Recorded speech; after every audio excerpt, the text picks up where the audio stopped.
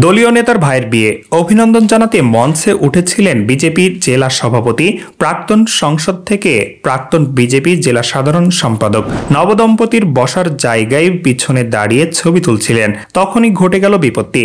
বর কনে এবং বিজেপির তাবড় তাবড় ওই নেতাদের নিয়ে হুড়মুড়িয়ে ভেঙে পড়ল মঞ্চ। একসঙ্গে মাটিতে পড়ে গেলেন সবাই। বুধবার রাতে মধ্যপ্রদেশের বলিয়ার চাঞ্চল্যকর এই ঘটনাটি ঘটেছে। সেই ঘটনার একটি ভিডিও ইতিমধ্যে প্রকাশ এসেছে।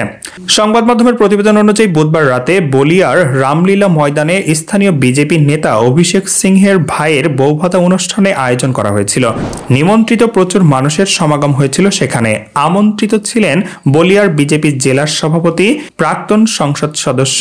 নবদম্পতিকে অভিনন্দন জানাতে একই সঙ্গে মঞ্চে উঠেছিলেন তারা। তাদের দেখে এগিয়ে যান পাত্র, তাদের সযত্নে নিয়ে আসেন। এরপর তারা একে একে কনে বরের বসার আসনের পিছনে দাঁড়িয়ে যান। কিন্তু ছবি তোলার সময় হঠাৎ হুড়মুড়িয়ে ভেঙে পড়ল মঞ্চের একাংশ।